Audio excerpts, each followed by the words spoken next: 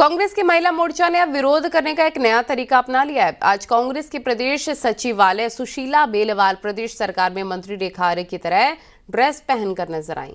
उन्होंने track suit पहनकर मंत्री रेखा आर्य की तरह ही योग और एक्सरसाइज भी किया। साथ ही रेखा आर्य के पति गिरधारी लाल साहू की तरफ से बिहार में महिलाओं के 20-25 हजार में मिलने के मामले पर अभी तक बयान सामने न आने पर भी प्रोटेस्ट किया। महिला कांग्रेस कार्यकर्ताओं ने यमुना कॉलोनी में सड़क पर थाली बजाकर नारेबाजी की। अपने विरोध के तरीके पर कहा, इसे इसलिए अपनाया जा रहा है क्योंकि जनप्रतिनिधियों के सामने मंत्री विधायकों की छवि किस तरह की है वो जनता को बताया जा सके।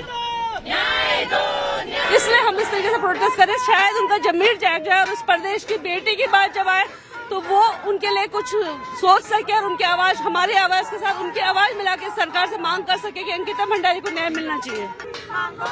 कोई भी सरकार को जगाने का काम कर रहे हैं हम लोग, अगर जाग जाए तो, क्योंकि बेटी का मामला है, बेटी के लिए हम लोग इंसाफ मांग रहे हैं। लेकिन हमारे जो भाजपा के विधायक लोग हैं वो लोग कान में रुई डाल के, आंखों में पट्टी बांध के, मुंह में टेप चिपका के बैठे हुए हैं। और वहीं बिहार के सियासी गलियारों में भी उत्तराखंड में मंत्री रेखा आर्य के पति के विवादित बयान पर तीखा गुस्सा नजर आ रहा है। देखिए, उत्तराखंड के मंत्री के पति के द्वारा इस तरह की बातें किया जाना, इस तरह की भाषा इस्तेमाल किया जाना, बिहार की महिलाओं को अपमानित किया जाना, बिहार के संदर्भ में जिस तरह की भाषा भारतीय जनता पार्टी के नेताओं के दिलो दिमाग में रहती है, वो कहीं ना कहीं उत्तराखंड के मंत्री के पति के द्वारा, भारतीय जनता पार्टी के नेता के द्वारा जिस तरह की भाषा, जिस तरह की बातें बिहार की महिलाओं के लिए इस्तेमाल की गई है, यह बिहार की महिलाओं को लेकर मंत्री के पति द्वारा दिया गया बयान घोर आपत्तिजनक, शर्मनाक और मानसिक दिवालियापन को दर्शाने वाला है। यह न सिर्फ बिहार की महिलाओं का अपमान है, बल्कि पूरे समाज की गरिमा पर हमला है। महिलाओं को कीमत में तौलने वाली सोच बीमार मानसिकता की उपज है, जिसे किसी भी सूरत में स्वीकार नहीं किया जा सकता है।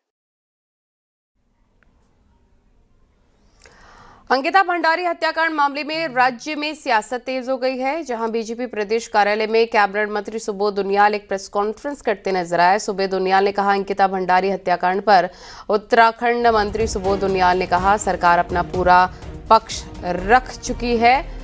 इसमें सरकार तत्काल एसआईटी गठन किया है। उसके बाद पूरी जांच की गई है। ट्रायल कोर्ट में भी आजीवन कारावास दिया गया है।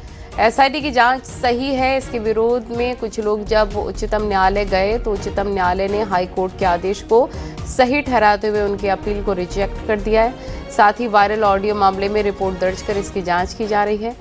ये एक राजनीतिक षड्यंत्र भी हो सकता है।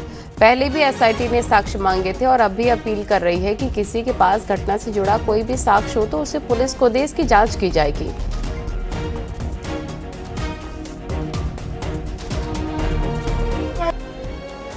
अभी भी कह रहे हैं कि अगर कोई भी साक्ष्य तो साझा कर सकते हैं, उसको कोई ऐतराज नहीं है। जो अभी हालिया आरोपी पर उसमें मुकदमा भी दर्ज हुआ है, जिसकी विधिवत विवेचना की जा रही है। और मैं फिर आपसे कह रहा हूं कि अगर किसी भी व्यक्ति के पास कोई साक्ष्य इस संबंधित जानकारी हो तो वो उसे भी जांच एजेंसियों के साथ साझा कर सकता है। ये बात सरकार मानती है, प्रकरण बहुत गंभीर है। एक बिटिया हमारी जिसके साथ जाति भी, सरकार ने गंभीरता से इसको लिया। जैसे आपको मैंने पहले कहा, तत्काल गिरफ्तारी हुई, ट्रायल कोर्ट में मजबूत पैरवी हुई, ट्रायल कोर्ट से आजीवन कारावास की सजा मिली और ट्रायल कोर्ट के बाद हाई कोर्ट के द्वारा भी उसको सही ठहराया गया। और इस समय इसको जो हम कह रहे हैं कि षड्यंत्र हो सकता है।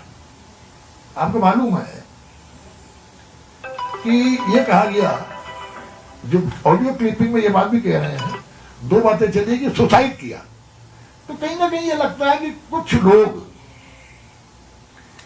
जब सजा हो चुकी है, हत्या मानते हुए कि इन लोगों ने मारा है, तो सुसाइड की बात करने का मतलब केस को भटकाना चाहते हैं, अभियुक्तों को बचाना चाहते हैं।